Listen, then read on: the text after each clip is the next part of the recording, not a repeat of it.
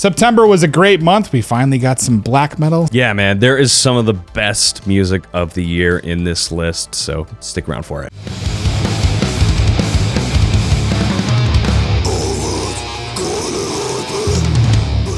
It's moldy in here. We're kicking it off with Tomb Mold, the Enduring Spirit. It's time to dive dick first into the grotesque. Amazing. We all know the metal scene can be a hype circus, with every album hailed as Album of the Year and every new band named as Metal Saviors. Sounds kind of like us. Weird. Welcome to the fucking show. Keep your pistols holstered here, folks, because Tomb Mold has actually earned their bragging rights, even though some folks kind of go a little overboard with the hype. It's been a while since I've heard a progressive death metal album lean into the organic sound of old school death metal, and man, does it work here.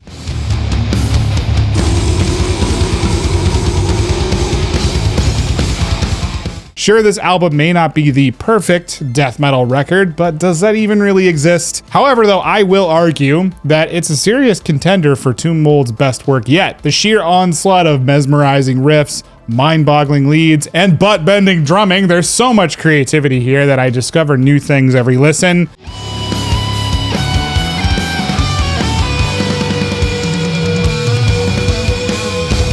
If you thought Tomb Mold was sticking to the same old mold, well, think again. They're pushing the boundaries of metal, weaving influences from the likes of Pestilence and Death into something that's kind of refreshingly unique in 2023. Sure, it's bound to have some divisive opinions, but that's what makes this record great. Tomb Mold deserves the hype, man. Crank this one. Let the madness seep in.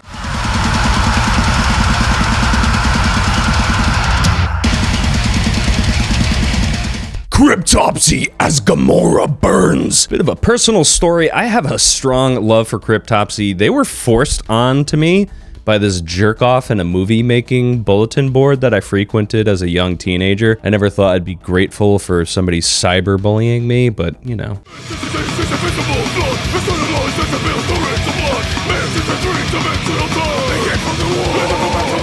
This was actually the first album that I got into by this band, not knowing how much I'd be pissing off the metal elitists by passing on the Lord Worm albums. How dare you! Fuck him, dude. I love Mike DeSalvo's rapid fire hardcore style. It really fits in Then You'll Beg.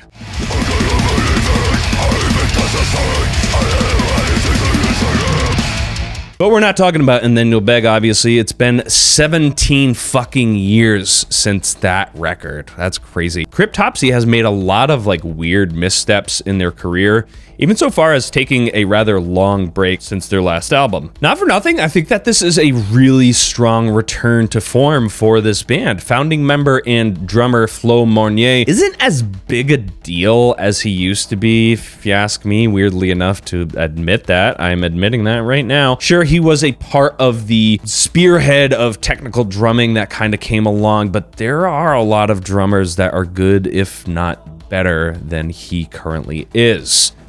Wow, you're amazing, dude. We usually talk about how bloated albums can be on this channel. This is like the opposite of that. It has a fast-paced runtime, and the really good section of this album is right in the middle, whereas the front and back are, you know, a little bit more mediocre. So the meat is really in the middle there. It's real nice.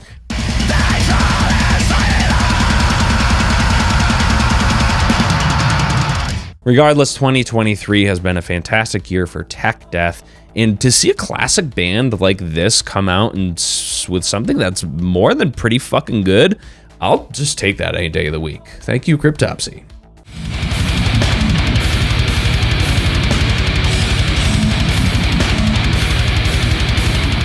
All right, one of the biggest metal records of the year, Cannibal Corpse, Chaos Horrific. The only thing thicker than the meaty riffs all over this album is Corpse Grinder's neck.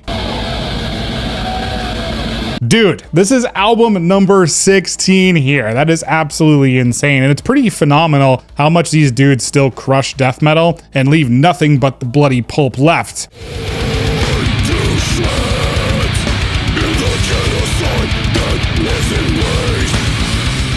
Chaos Horrific is like a brutal sonic onslaught that feels refreshing and not overly produced despite its modern touch. You've got your signature corpse grinder growls, Alex Webster's bass wizardry, and a barrage of relentless riffs that hit you like a freight train carrying cannibal cargo of pure brutality. The guitar work by Rutan and Barrett is just chef's kiss, man, and the solos, fucking awesome.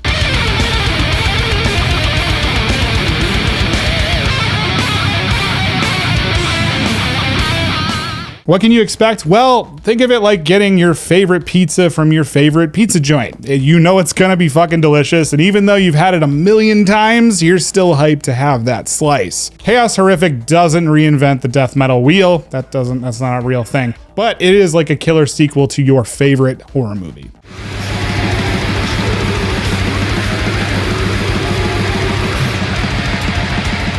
Fossilization, Leprous Daylight. This is a band that caught our attention in 2021 with the EP He Whose Name Was Long Forgotten, a fantastic fucking record that we talked about right here on this channel. This is their first full length, and holy shit, this band has delivered something exceptional. It's a really great addition to the death doom subgenre in a way that really was completely unexpected.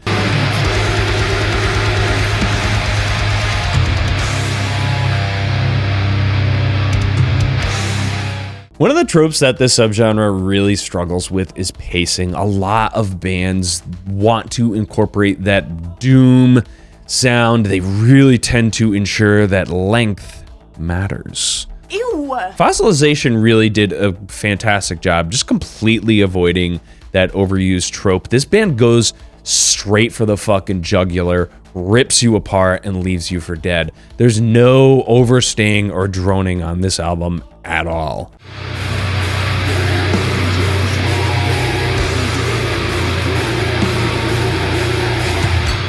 This is a highly dynamic, brilliantly paced album that very well could make our end of the year list in the Doom category. Run this one through your Windows Media Player or Winamp.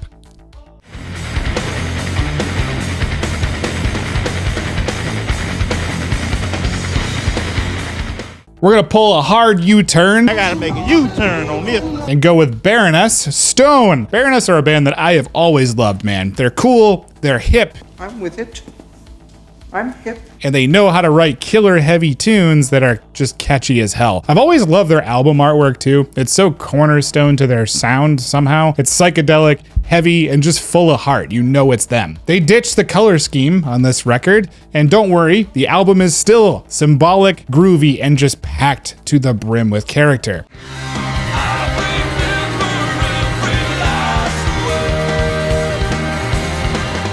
Picture this: galloping sludge metal riffs that unravel like a mysterious blooming doom flower, psychedelic trips that'll make you question gravity, and John Baisley's vocals soaring high enough that it just touches the fucking stars.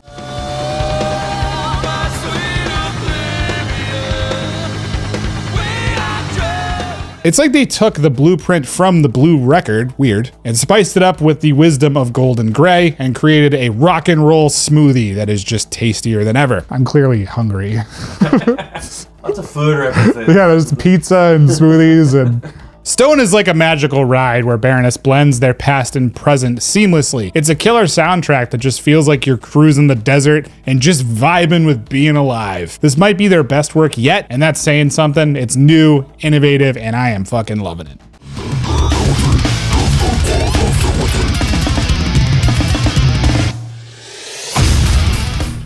Dying Fetus, make them beg for death! A bit more death metal here for you with this pick. This is easily one of the most influential bands on this list alongside Cryptopsy. This trio, led by frontman John Gallagher, came out the gate swinging in their early days with their first handful of releases.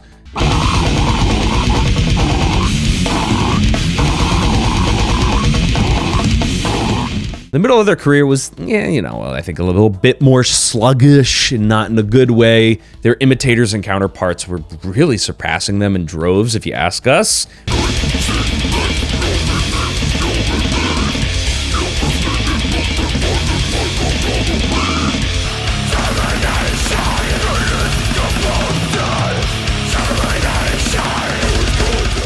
We've said it a few times here on this channel, Misery Index has quite more often than not proved to be the superior band. Obviously, this album has made a mark, otherwise we would not be talking about it on this list. I'm still digesting some of the other records from this month, and holy shit, there's a lot of them. But man, the replayability on this album in particular is in the fucking stratosphere, dude.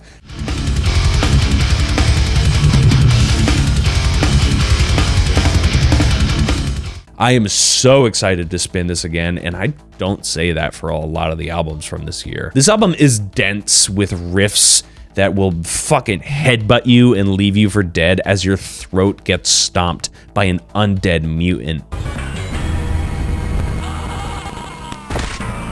I'd say the pacing is just where it needs to be too. There are plenty of reasons to want to go back to this one. Overall, this album both looks and sounds like the band are embracing a new era of grotesque, slamming death metal. Between their 1980s VHS stylized cover art and the violent music videos, these old-timers are not ready to back down yet.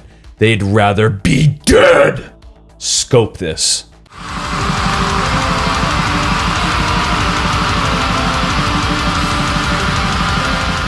Uada, Crepuscule, Natura.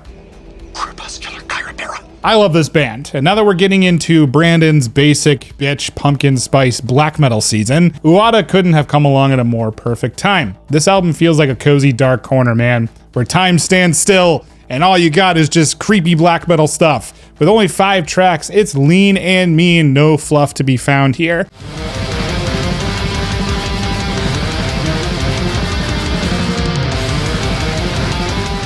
Uada has dialed in their focus on this record, delivering a refined yet unmistakably Uada sound, and I love the flourishes here of classic heavy metal refined in with that black metal sound.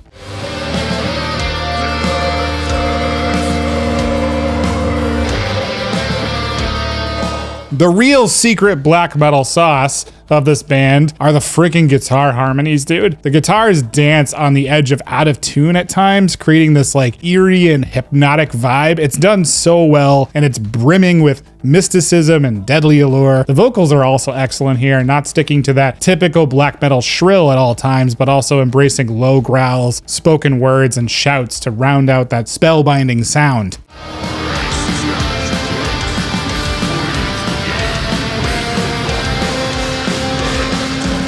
Crepuscule Natura isn't just a top-tier US black metal record, it's one of the standout black metal records of the whole year. If for some reason you have not spun this record yet, fix that now, throw it on your playlist, get a pumpkin spice latte, and just thank me later. It's spooky season.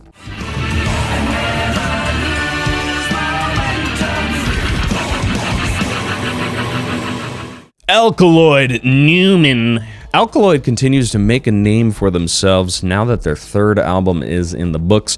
This progressive supergroup metal band from Germany has been grasping at a multitude of influences and inspirations, allowing them to traverse a sort of no man's land of subgenres. I'm telling you, at times, I thought I was listening to a modern, not extreme metal album with this one playing, with that 4 to the floor beat going and the female vocals juxtaposed by the wild blasting and growls. Yeah, it's just a wild ride. Check out what I mean when I say modern.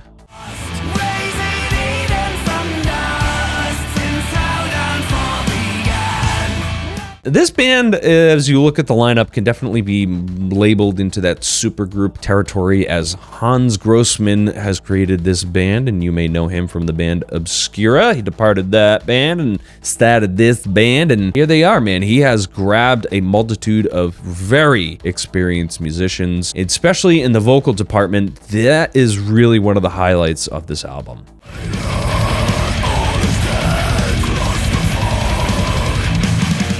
There's a lot of variation on this record, really weaving in between extreme and accessible. This is a sleeper hit in the progressive subgenre. If you're a fan of that sort of cutting edge prog death that bands like Obscura, Rivers of Nile, or Fractal Universe are doing, you've got to be getting on top of this one. You got to bounce on this record.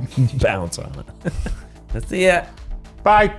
What did you think of the metal records in September? Let us know down in the comments below and check out some of our other videos right here. Go with the gods, Forge mates. Make them beg for love and kindness. And death.